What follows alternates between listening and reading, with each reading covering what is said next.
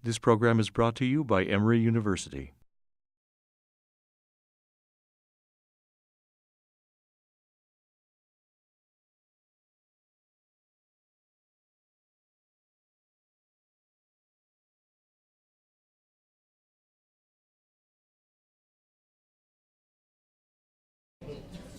We are going to start. And hi, my name is Jewelle Gomez. I'm going to moderate this discussion, which is called, it's usually up there, but it's not. It's called "The Categories We Use to Make Home Are the Same Categories Used to Make Us Prison. Queer of Color Placemaking in Los Angeles and Other Places." Yes. And this panel, in part, it emerges from the idea of visibility as a tool that oppressed communities use to make claims to civil rights. And Joseph Bean writes in his introductory essay to "In the Life, Leaving the Shadows Behind," quote, "Oddly, such lack of a recognition and general invisibility of black gay men may be advantageous at times. At the same time," he claims, "survival is visibility. Identities like black, queer, transgender, and woman are oftentimes used as a common ground in communities of color and poor communities. These identities become the basis upon which communities envision their space and make their place." And here we're going to interrogate how racial, gendered, and sexual identities are struggled over and worked through in order to create space and place. And we're going to do some other things as well. That's just what it says on this piece of paper. We have three eloquent speakers who are going to present papers, and I'll read them in order of their speaking, and I'll do them all now, and then we'll just launch. We're going to start with Jamal A. Batts, an MA student at the Department of American Studies at California State University in Fullerton. He's a graduate of Virginia Commonwealth University's Department of African American Studies. His scholarly interests include Black studies, queer performance, and visual culture. Jamal was a recipient of the 213 Southwest Popular American Culture Association Conference's Peter C. Rollins Award for Best Presentation having to do with popular culture issues. Yes. He expects to receive his MA in May and will begin work toward his PhD as a student in the Department of African American Studies at the University of California, Berkeley this fall. We will see you there, brother. Then David B. Green Jr., who will speak next, is a transdisciplinary Black studies intellectual and insurgent Black male feminist.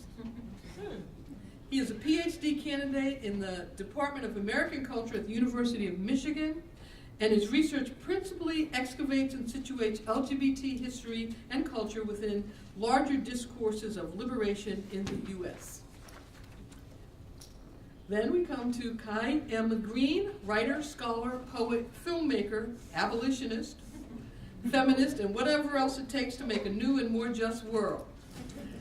For the past 6 years, he's been in Los Angeles building locally with Black LGBT communities while also working to complete his dissertation, Into the Darkness, a Black queer remembering of Los Angeles in a time of crises. He believes that writing and storytelling are revolutionary acts, especially for those who are often erased by heteronormative and Eurocentric histories.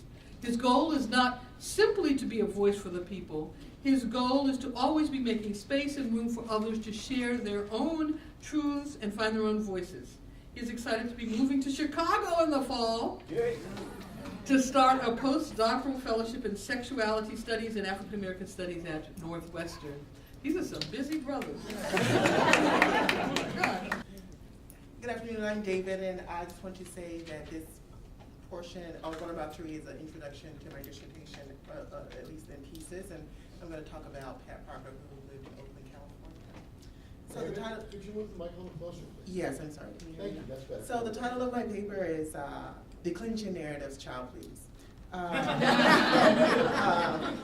on deromanticizing liberation histories in the name of Black queer freedom. Poem. I have a dream, no, not Martin's, though my feet move down many paths. It's a simple dream. In my dream, I can walk the streets holding hands with my lover. In my dream, I can walk out of a bar and not be arrested by pigs.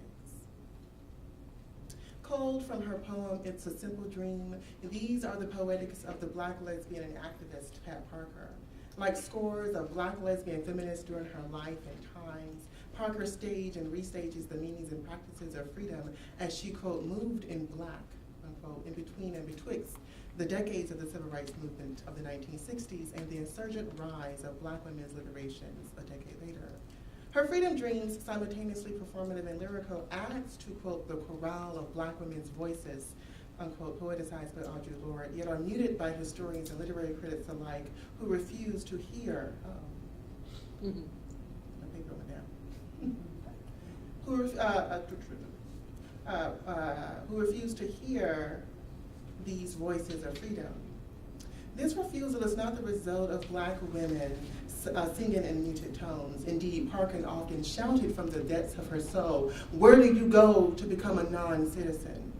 No, historians have instead decided that after the deaths of visible heterosexual male civil rights leaders in the 1960s, articulations of anti-racist critique, political resistance, and the struggles for racial equality retreated into the shadows and thus ceased to exist.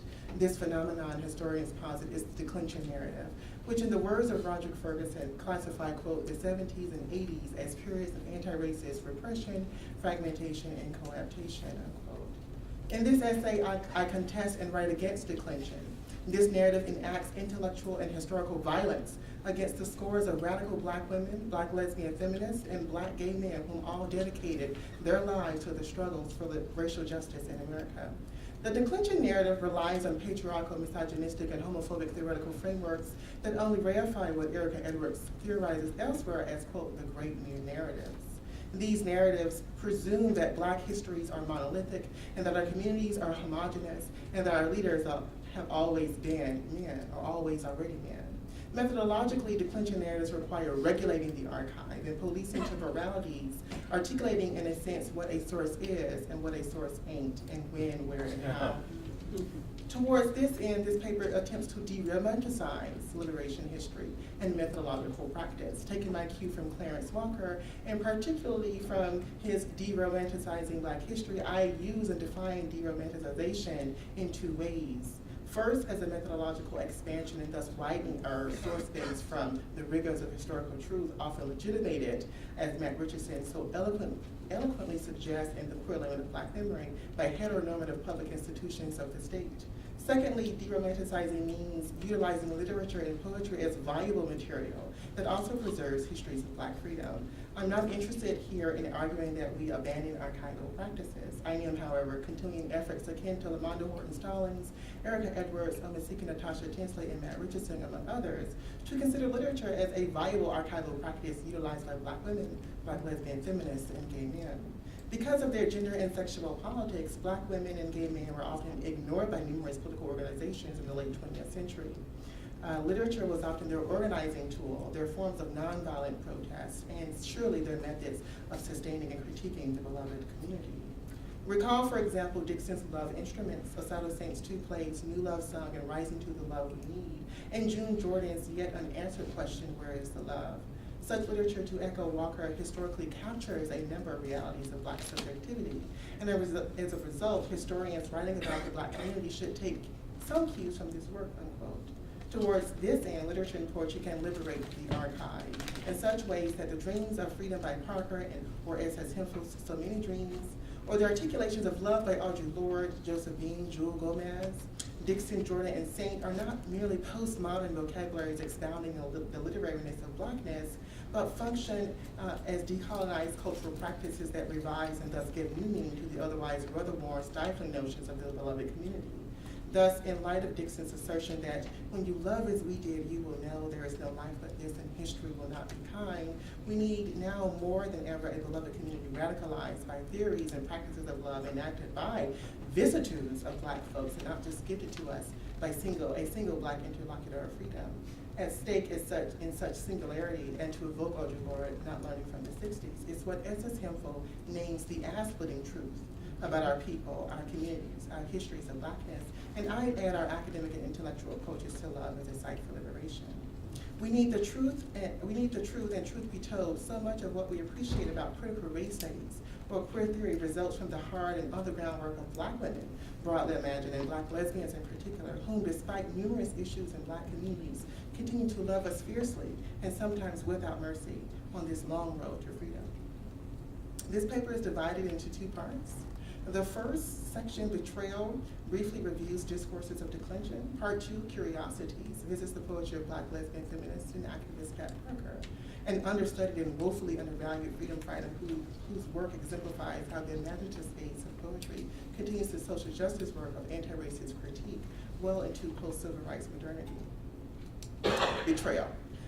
Writing in Search of the Black Fantastic, Richard Eiton asks, quote, what does it mean that the Black public sphere is seen as collapsing at the same time that lower income constituencies, women, lesbians, and gays start to mobilize, unquote.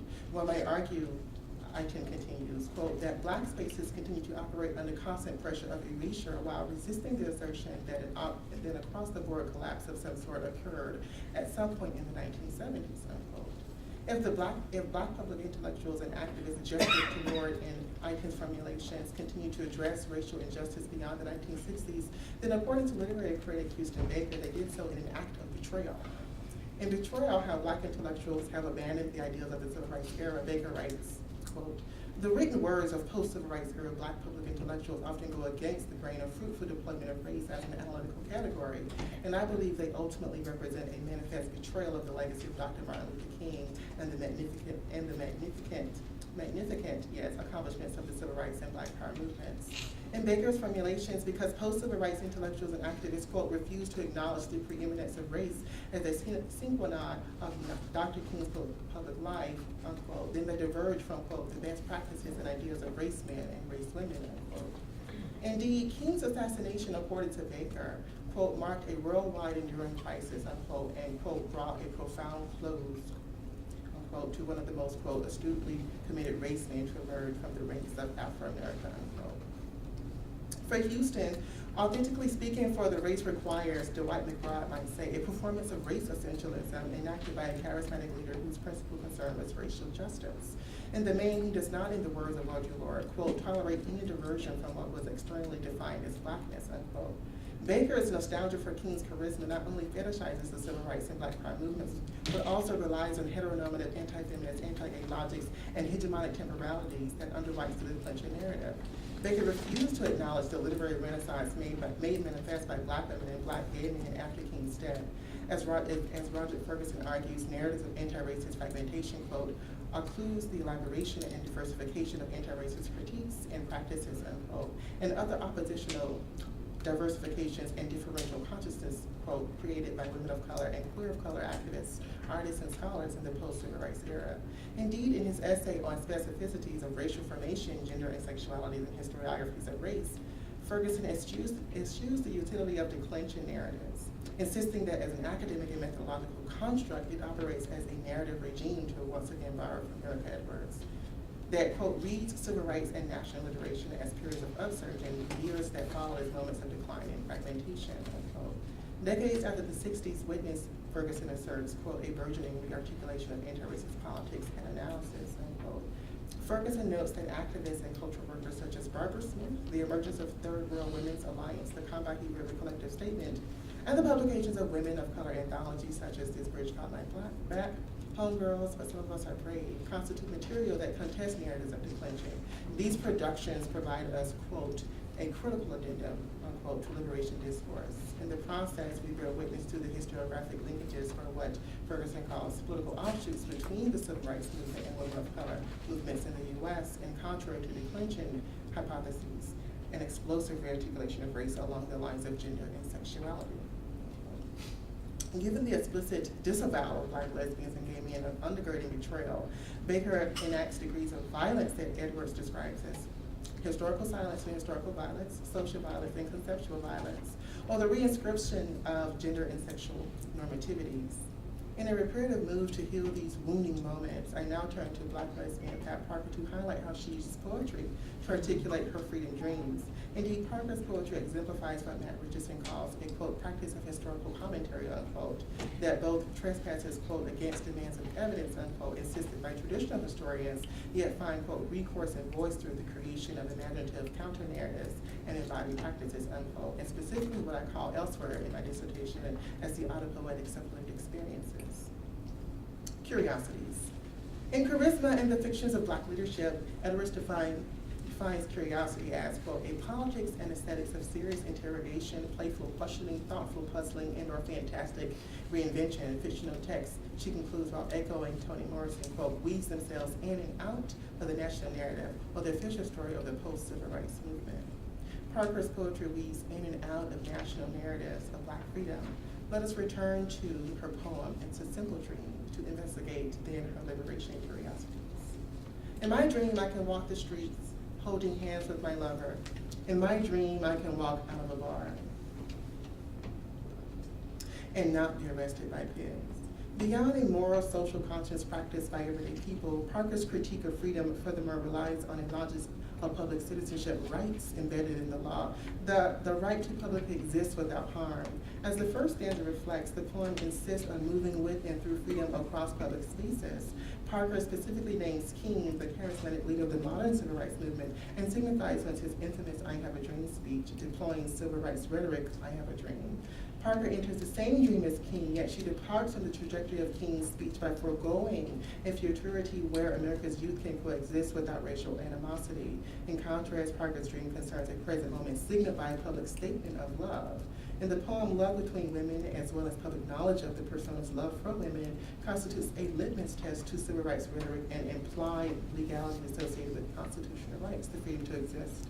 At once the law represented by policemen or pigs, love and civil rights share a discursive space whose effectiveness hinges on their public coexistence. Parker continues, in my dream I can go to a public bathroom and not be shrieked by it, ladies. In my dream I can walk ghetto streets and not be beaten up by my brothers. At once a treaty on civil rights, the poem simultaneously ushers in the state of anti-gay violence endured by lesbians. Anti-Black violence has a long existence in African American communities, and Parker animates these histories by mapping violence through Black lesbian subjectivity. In doing so, she reformulates King's dreams of a beloved community by aligning anti-Black, misogynistic, and anti-gay violence as crucial civil rights concerns. In two poems, Parker exposes problems between brothers and sisters within the beloved community. Addressing her brother, Parker writes, brother, I don't want to hear about how my real enemy is the system. I'm no genius, but I do know that system you hit me with is called a fist. Mm-hmm. Addressing her sisters, Black and white feminists, in her poem, Have You Ever Tried to Hide? Parker shouts, sister, your foot's smaller, but it's still on my neck. At its core, Parker's dream functions with and against tradition, where she writes, hers is not the dream of the vanguard, but one from deep within, a dream that grants her the freedom of movement as a Black lesbian in America. Misogynistic, anti-Black, and anti-gay violence threaten her livelihood. Through and with poetry, Parker imagines hope for herself against fears associated with the anxieties of unpredictable violence. I'm afraid, she writes, quote, of anyone, of anything that would harm me, unquote. However, Parker fears, quote, not the pain, unquote, or the act of violence, but she concludes the desire of violence, anticipating what Sharon Holland theorizes decades later or elsewhere as the erotic life of racism. Moving in Black. In close, declension narrative. Charles. That was my reaction when I finished all my reading for that. If we are truly invested in understanding the links between the Black civil rights movement and the LGBT movement, then we have to widen our methodological practice and often read with yet write against the grain of our disciplinary traditions, because somewhere in the breaks exists a long, wide, tall, and expansive history of Black, queer, feminist freedoms. Thank you.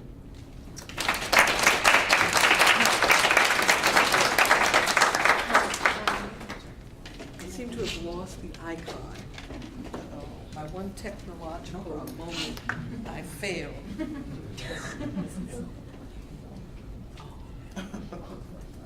Okay, thank you.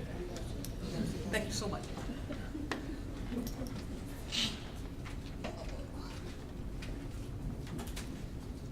First, I just have to thank my panelists.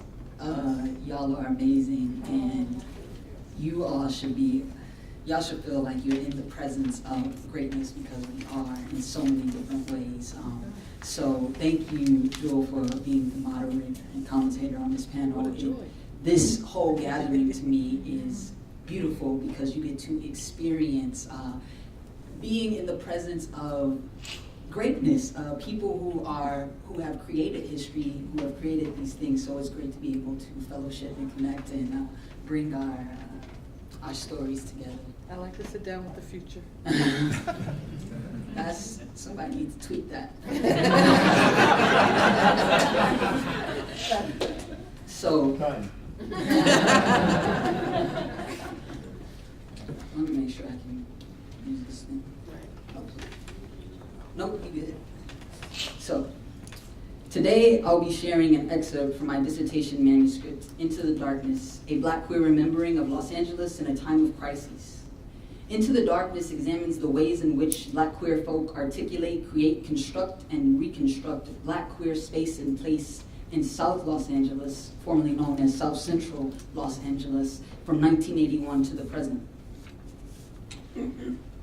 Darkness in this manuscript is an instructive framework, a scale that helps us to understand the relationship between placemaking and the production of identity and difference. Darkness functions in three ways in this dissertation.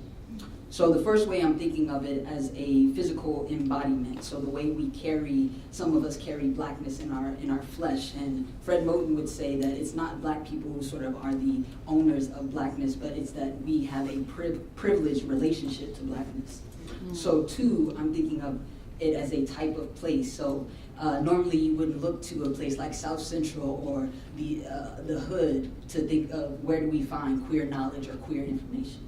So I'm relocating us geographically. Three, it is the intellectual and imaginary site of reproduction of Black queer knowledge.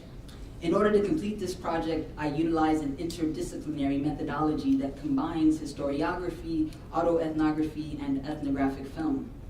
This manuscript highlights my investment in community-engaged scholarship and alternative sources of knowledge production.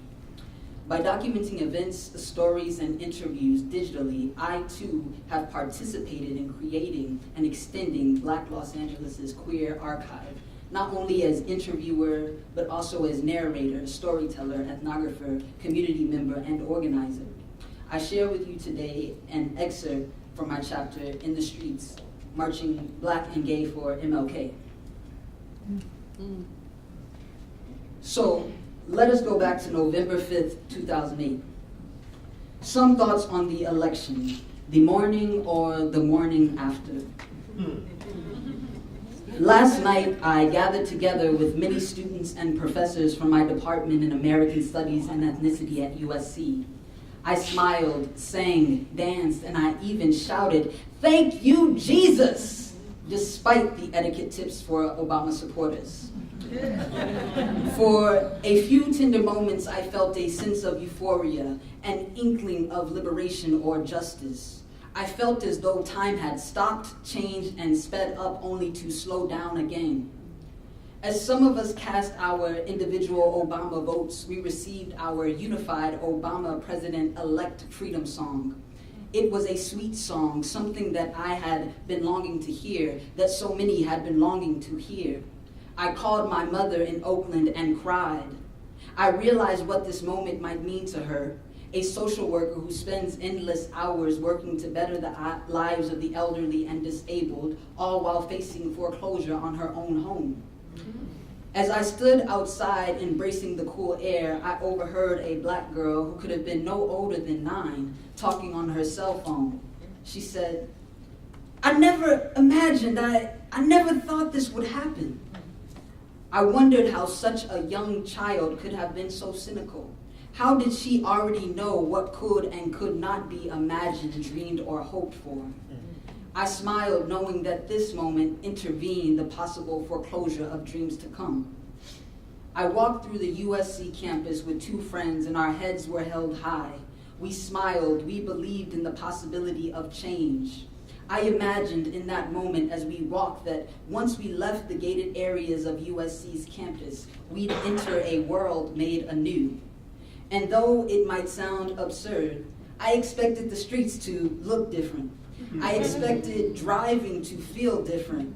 I turned on the radio and I expected the music to sound different. I was astounded when the sounds of Jordan Sparks' No Air played on the radio as it had before the Obama president-elect announcement had been made. I wanted everything that followed that euphoric moment to remain anew, unheard, unimagined, yet present and graspable. Unfortunately, the familiar sounds of our time brought me back down to earth. I didn't want to come down, but here is where we are. This was an excerpt from a letter I sent to my family email listserv the night after the election. The letter goes on to express my frustration and disappointment at the passing of the bans on gay marriage in California, Florida, and Arizona, along with a measure banning unmarried couples from serving as adoptive parents in Arkansas. I was hurt because I knew that I had family members who voted yes for Obama and yes on Proposition 8. Proposition 8, also known as Prop 8, was a California state constitutional amendment banning same-sex marriage. In California, just like in many places in the US and abroad, there were those who gathered to celebrate, rejoice, and cry. The election of the first black president was for many a sight that we or they could have never imagined. For many, like myself, this election became a manifestation of a black freedom dream. It was the moment that Tupac Shakur said we weren't ready for in 1992. A black president and a black first family would symbolically paint the White House black. I both celebrated and lamented this moment. There were those who took to the streets to protest the ban on gay marriage. I was one of those people who joined protesters in West Hollywood, LA's preeminent gayborhood. I marched with thousands of others who were appalled that their rights could so easily be taken away. I marched with my partner at the time, and I remember feeling like we were the only black people in a bucket full of whiteness or a sea full of whiteness. Of course, we weren't the only black people, nor were we the only people of color, but the crowd was overwhelmingly white. I remember feeling fear. I didn't carry a sign that proved my allegiance to the LGBT movement, but my allegiance to blackness was a sign I carried as my flesh. The popular symbol of Yes on 8 was a black or brown body, and I bore that trace whether I wanted to or not. I felt more aware of that embodiment than ever. I wished for another sign, a shirt or something rainbow colored to show everyone that I too was one of them. My blackness was also my queer. Or perhaps I wasn't one of them, and my blackness was not also my queer, but rather, in the words of E. Patrick Johnson, my queer. Yes, my blackness was my queer. Queer as in something or someone who is odd, irregular, or slightly off-kilter, and also something excessive, something that might philosophically translate into an excess of discursive and epistemological meanings grounded in African American cultural rituals as lived experience. My blackness was my queer, but queer was not a legible identity in this queer scenario in West Hollywood. I was the darkness as my body bore the trace of some other grievances that could not be viewed through the single issue lens of queerness as belonging solely to thinking white cisgender gay men. My body bore the trace of queerness, which is also to say my body bore the trace of blackness. My black presence was a reminder of Barack Obama's election as a freedom dream fulfilled. One that was supposed to appease black suffering. My black presence was also doubly a reminder of the black homophobia that proliferates in many black communities. I was in that moment a representative of all black people, or at least most black people, who would be unfairly blamed for the ban on gay marriage. Though I did not experience any physical threats upon my body or racial slurs, there were reports of black people in West Hollywood that night who did.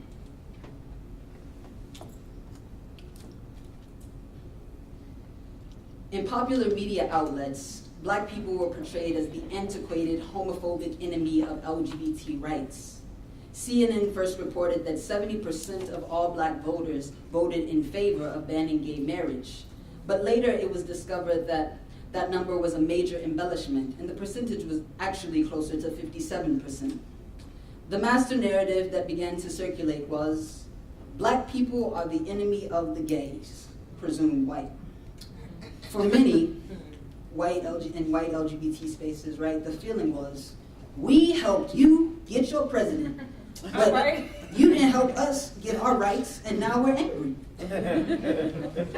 The use of the civil rights struggle in imagery and rhetoric in these mostly white LGBT settings was not about freedom for us all. It was about acquiring a kind of purchase on black life, and that's from Sharon Holland's Erotic Life of Racism.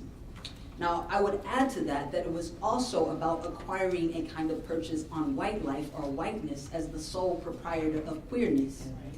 The logic being that whiteness is the only state where queerness can occur.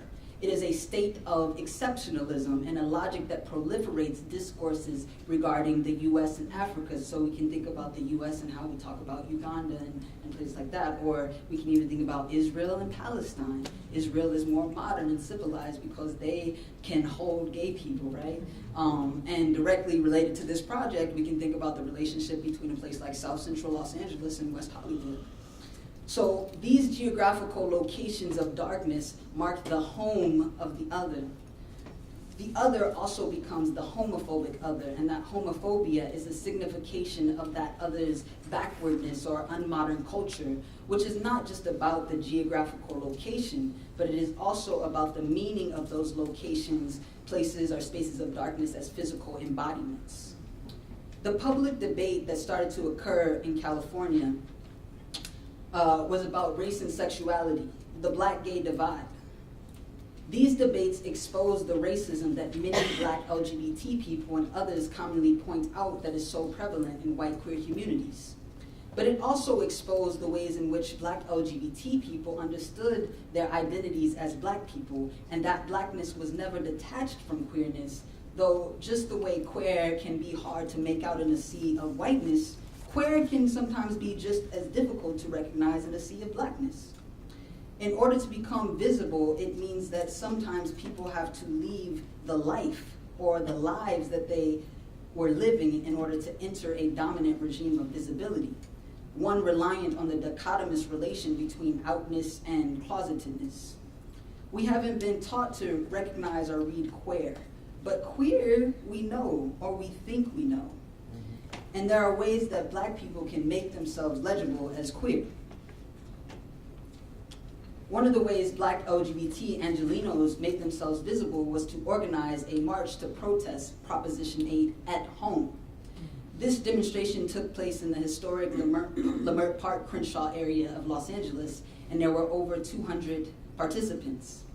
Subsequent to this initial demonstration, black LGBT Angelenos decided to organize a black LGBT contingent in the annual Kingdom Day parade. I joined that black LGBT contingent in 2011. It was the third year they'd been marching. One of the main organizations to support this march was the Here to Stay Coalition, an alliance of black, lesbian, gay, bisexual, transgender, queer, and intersex people, along with their friends, families, and relatives. Based in Los Angeles, this organization's two main commitments are to end homophobia within the black community and to end racism within the larger LGBTQI community. One of the founders of the coalition reiterated the importance of being visible at home, stating the goal for black LGBT Angelenos was to march down in Leimert Park, down Crenshaw, saying, "We're here, we're in the community, and we exist." We decided to also make ourselves visible on King Day, and what more appropriate way to practice the themes of inclusion and justice than under King's umbrella?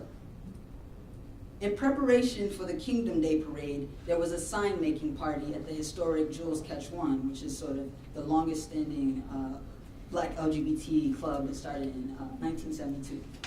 So the signs and the conversations being made and had always exceeded the demands of marriage rights.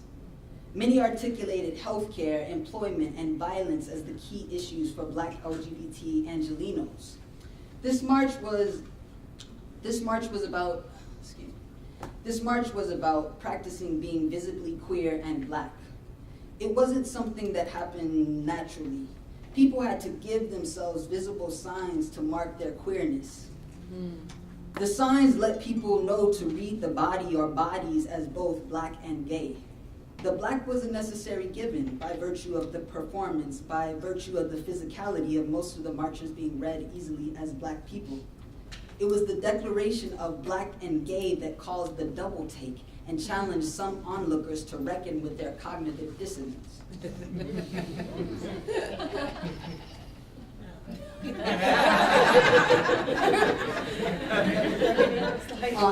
On this Martin Luther King Day, 2011, as we marched Black, gay, and here to stay, there were many supporters who motioned us to keep doing what we were doing and shouted things like, "That's right, and there ain't nothing wrong with it." I was struck by the amount of young people we picked up along the way. I saw wide smiles from sissy boys and studly BOI boys. They were so happy to see us and to know that their lives could exist beyond their present moment and also in that very present moment. Of course, there were also those onlookers who wanted us to move along faster, those religious folks who shouted, "I love you, but you need to come back home." And still, there were others who told us, "Go back home." In both of these cases, those of us who marched behind the banner of Black and gay were deemed unfit for residence in this Black community. Many Black LGBT marchers recount watching spectators look at their bodies, look at the sign, and then look again at their bodies with confusion or hostility or sometimes joy. I recall one elderly Black woman sitting in a lawn chair on the corner as we approached. She smiled wide and waved. I smiled wide and waved back, feeling loved.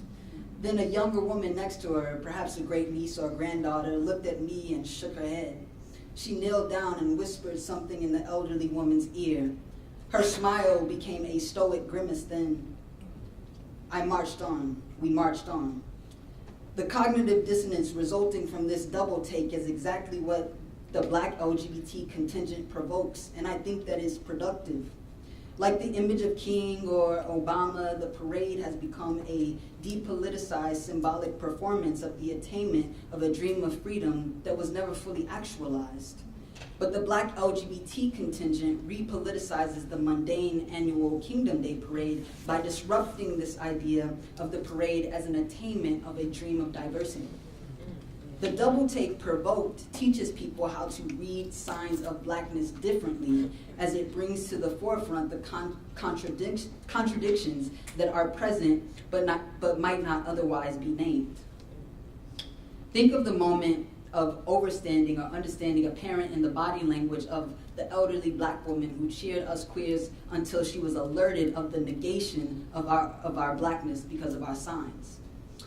We made ourselves visible as Black and queer, but we were already queer. Just as I was illegible as queer in West Hollywood, I was also illegible as queer in Black space, which is not something that I seek to change. Queerness demands a particular kind of visibility that potentially disavows the ghostly presence and persistence of the queer, the person who made a sign but did not march in the parade, or the other grievances besides marriage equality that Black LGBT marchers articulate as essential for Black LGBT Angelenos. I'm interested then in queerness's ability to sustain excess, or better yet, queerness as indexing the Black wholeness, to sort of point to Evelyn Hammond's, queerness as indexing the Black wholeness that exists pre, post, and in conjunction with Black queer. Thank you.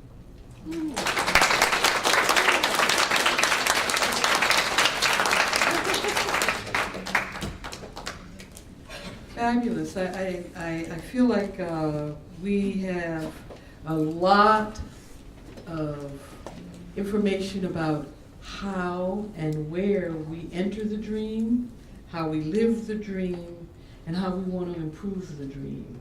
So I want to thank you all very much and give you some more applause.